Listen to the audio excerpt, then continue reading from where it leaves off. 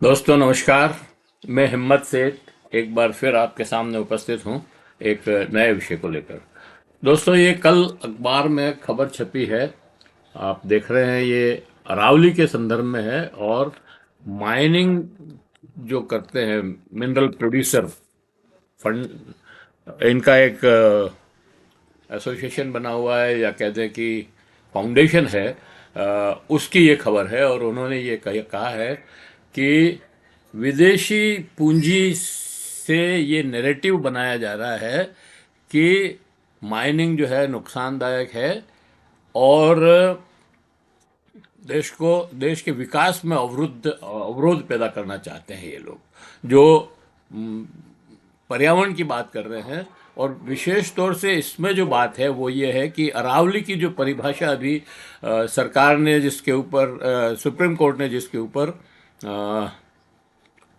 रोक लगाई है कि भाई ये जो कहा गया कि 100 मीटर के ऊपर ही अरावली पहाड़ गिना जाएगा, बाकी पहाड़ में, बाकी जो इससे नीचे के पहाड़ हैं उनमें किसी भी तरह की गतिविधियां, माइनिंग की, रिसोर्स की, सड़क की जा सकती है।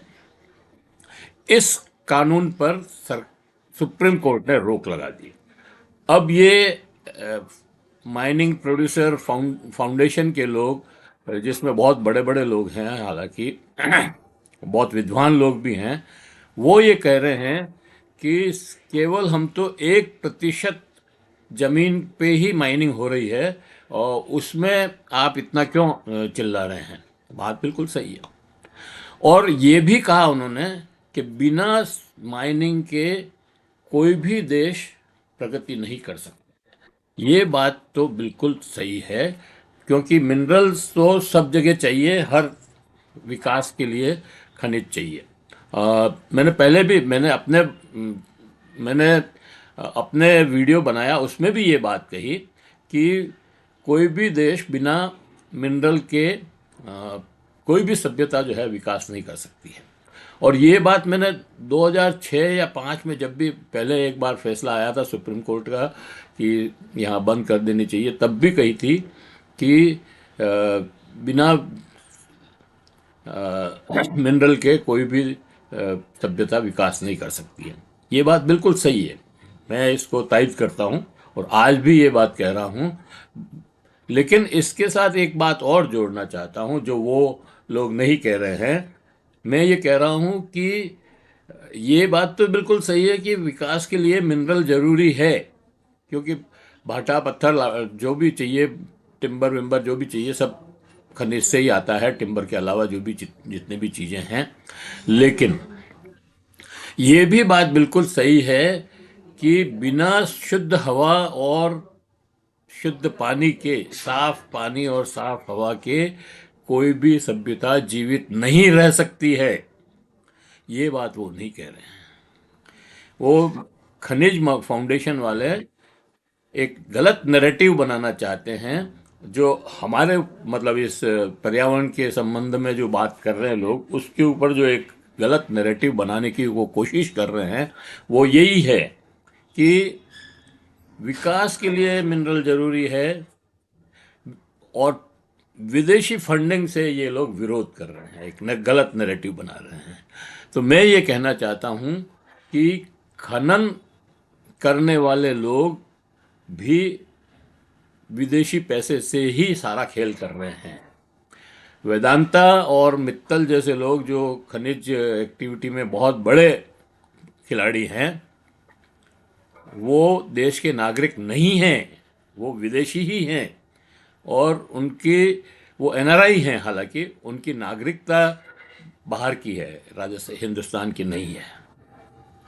दूसरी बात मैं ये कहना चाहता हूँ, ये बार बार इस बात को कहते हैं कि 1% जमीन पे ही हम खनन कर रहे हैं।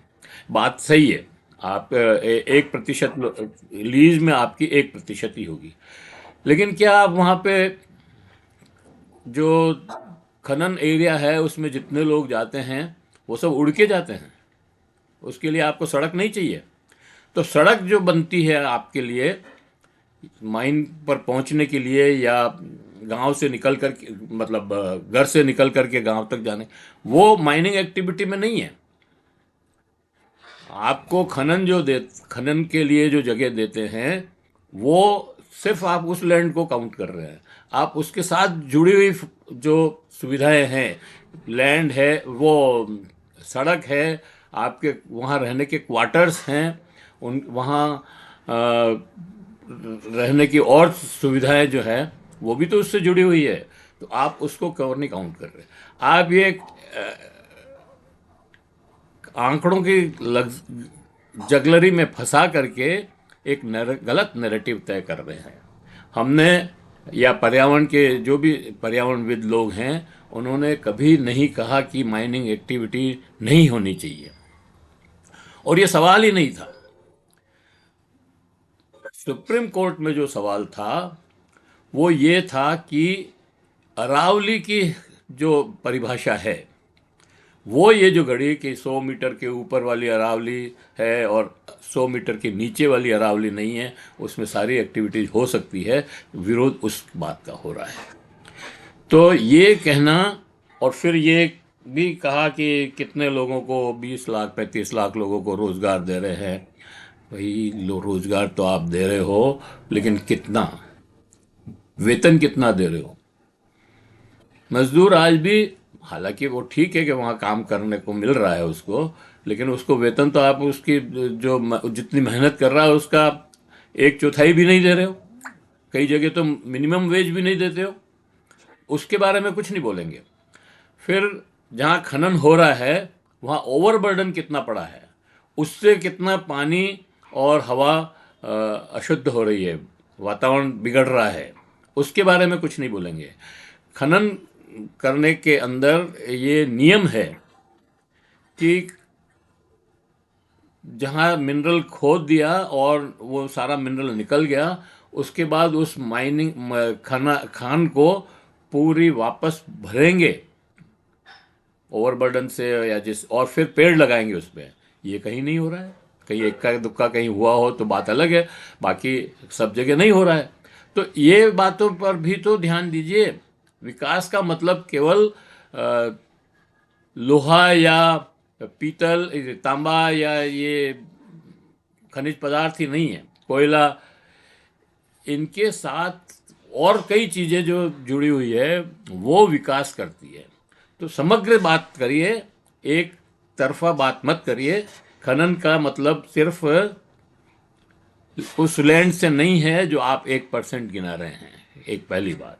दूसरी बात यह है कि जो ओवरबर्डन से पानी रुक जाता है, ओवरबर्डन से हवा जो है खराब जहरीली हो रही है, और दिल्ली में तो आज रह नहीं सकते, ऐसी स्थिति है। फिर आप ये कह रहे हैं कि हमको तो परमिशन चाहिए। और फिर ये केवल खनन के लिए नहीं है, ये रिसोर्स के खिलाफ भी है, ये फैक्ट्रियों के खिलाफ भी है, ये कॉलोनियाँ जो पहाड़ काट काट करके कॉलोनियाँ बनाई जा रही है, उसके खिलाफ भी है। और ये कानून जो है, ये जो परिभाषा है, 100 मीटर से नीचे की पहाड़ियाँ अरावली नहीं गिनी जाएगी, उसका विरोध है। आप गिल्टी कॉन्शियस हो रहे हैं। आपको आपको पता है कि आप देश की सेवा नहीं कर रहे हैं, आप देश को लूटने का काम कर रहे हैं। आप देश की धन संपदा को निकाल करके विदेशों को भेज रहे हैं। आप कोई देश के हित के काम नहीं कर रहे हैं, विदेशों को भेज रहे हैं, और उसका जो पैसा आ रहा है वो आप अपने पूंजी अपने बैंकों में जमा कर रहे हैं। तो दोस्तों, मैं ये कहना चाहता हूँ कि ये जो नैरेटिव बना रहे हैं वो बिल्कुल गलत है। अवैध खनन जितना हो रहा है, उसकी रिस्पॉन्सिबिलिटी क्यों नहीं लेते हैं ये प्रोड्यूसर्स, खनन प्रोड्यूसर्स? जो अवैध खनन हो रहा है, उसकी रिस्पॉन्सिबिलिटी, उसकी उसकी जिम्मेदारी भी तो इन खनन प्रोड्यूसर्स को लेनी चाहिए।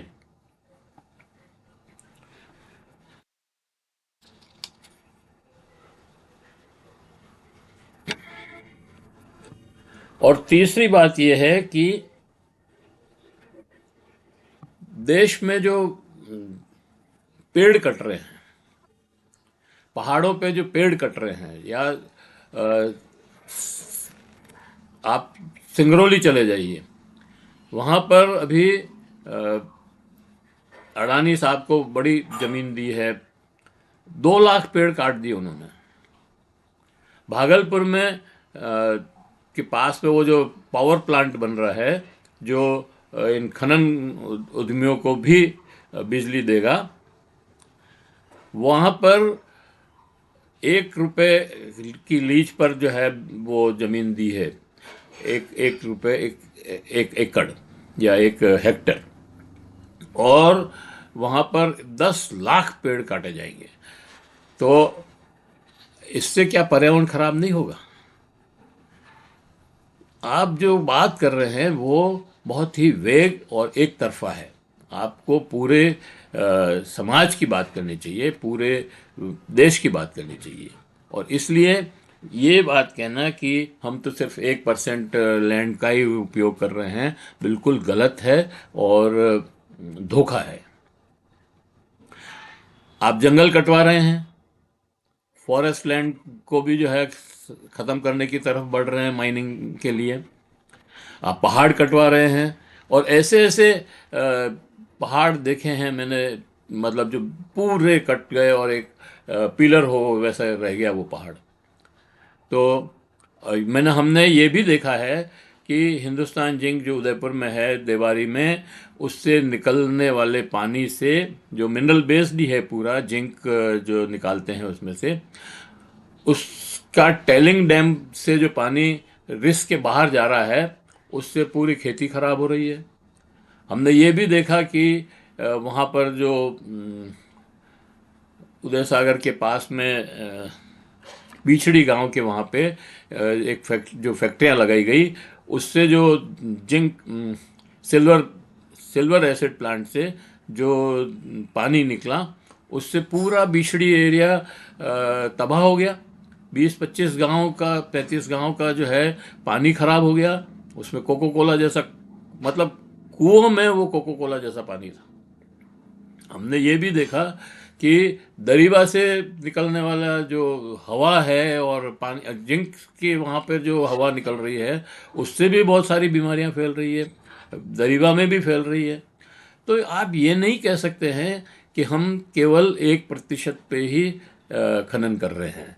खनन आप चाहे आधे % पे ही करें, लेकिन आपके खनन का जो प्रभाव है वो इस देश की हवा और पानी को अशुद्ध कर रहा है, और ये दोनों चीज़ें जीवन के लिए बहुत ज़रूरी है।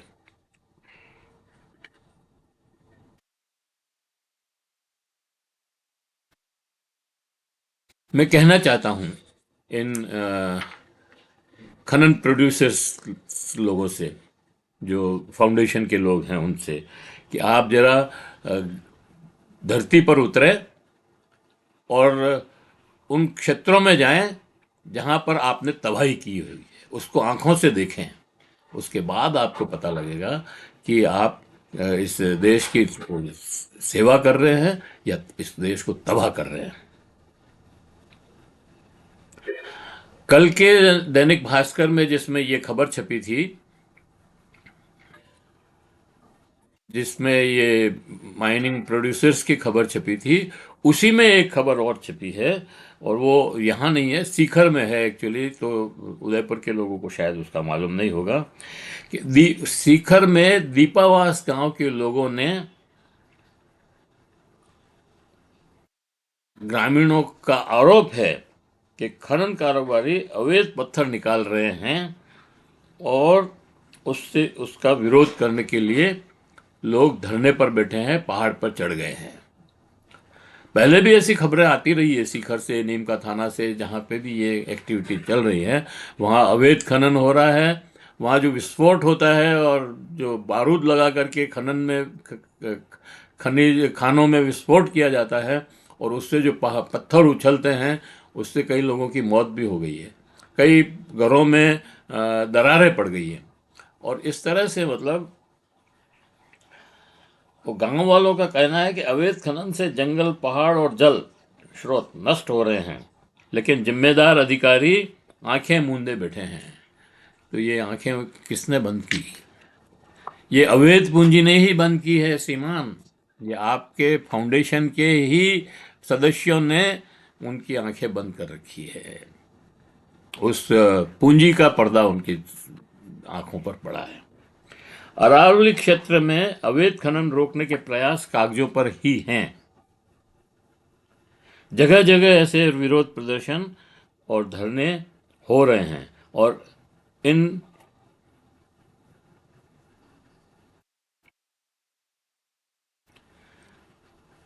इन लोगों ने पहले भी ये गलत मतलब मिनरल प्रोड्यूसर्स जो ये है फाउंडेशन, ऐसा ही कोई पहले भी कोई एसोसिएशन रहा होगा, उन्होंने पहले भी ये नैरेटिव बनाने की कोशिश की थी। और जहाँ तक मुझे याद है या मैं जानता हूँ, ये परिभाषा भी माइनिंग विभाग से ही निकली है कि 100 मीटर के ऊपर को ही अरावली माना जाए, उसके नीचे नहीं माना जाए। और ये मामला कोई आज का नहीं है, ये 1995-96 से चल रहा है। और बीच बीच में फिर कोई कमेटियां बनती है, फिर सुप्रीम कोर्ट रोक लगाता है, फिर हाई कोर्ट में लोग जाते हैं, फिर सुप्रीम कोर्ट रोक लगाता है। कभी सुप्रीम कोर्ट उसको इनकी नैरेटिव में फंस करके उसको सही भी मान लेता है, और बाद में पता लगता है कि ये तो गलत नैरेटिव है। तो फिर अभी जैसे थोड़े दिन पहले ही जो है अरावली को की रेंज को 100 मीटर के ऊपर वाली कोई पहाड़ माना गया, अरावली रेंज माना गया, और बाद में सुप्रीम कोर्ट ने वापस उसके ऊपर जब उसका विरोध हुआ पूरे देश के अंदर, तब उसको जो है ये हटाया गया। सवाल माइनिंग का नहीं है केवल, सवाल पेड़ कटने का है, सवाल पहाड़ कटने का है, सवाल शुद्ध पानी का है, सवाल शुद्ध हवा का है। आप देखिए देश की हालत क्या हो रही है। मतलब दिल्ली में आप सांस नहीं ले सकते, इतनी जहरीली हवा है। इंदौर में 22 लोग मर गए पानी की पीने से।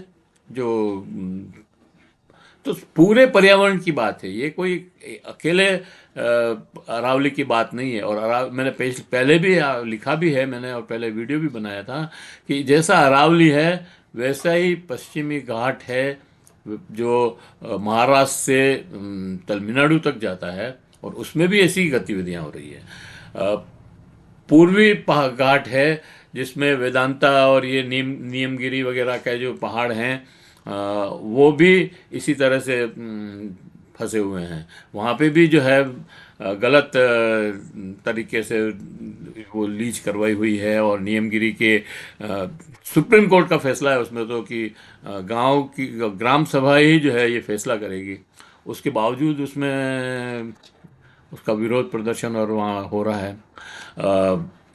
विंध्याचल में मैंने आपको सिंगरौली का बताया ही, और पहाड़ जो हिमालय में जिस तरह से दरक रहे हैं, और देहरादून के मतलब उत्तराखंड में और हिमाचल में, वो आप देख ही रहे हैं। तो इसलिए केवल माइनिंग का सवाल नहीं है, ये बड़े सवाल हैं, और इसके ऊपर एक आम सहमति बननी चाहिए, केवल माइनिंग की नहीं, पर्यावरणविदों की, पर्यावरण माइनिंग की भी, और दूसरे लोगों की भी, सबकी मिलाकर के पूरे देश की एक आम सहमति बने कि कैसे इस देश का विकास होगा, कितना मिनरल हमको चाहिए, कितना हम विदेश को भेज सकते हैं।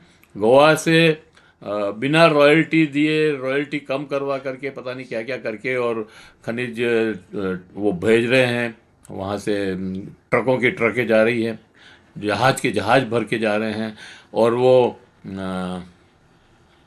कर्नाटक के वो जो बंधु थे, क्या नाम उनका, ओहो मैं नाम भूल गया उनका, लेकिन वो तो माइनिंग माफिया ही हैं, जो बिल्कुल अवैध खनन करके और वो जो है भेज रहे हैं वहाँ पर, गोवा भेज रहे हैं, और उनके बैठने की कुर्सी सोने की है। अब ये विकास है क्या?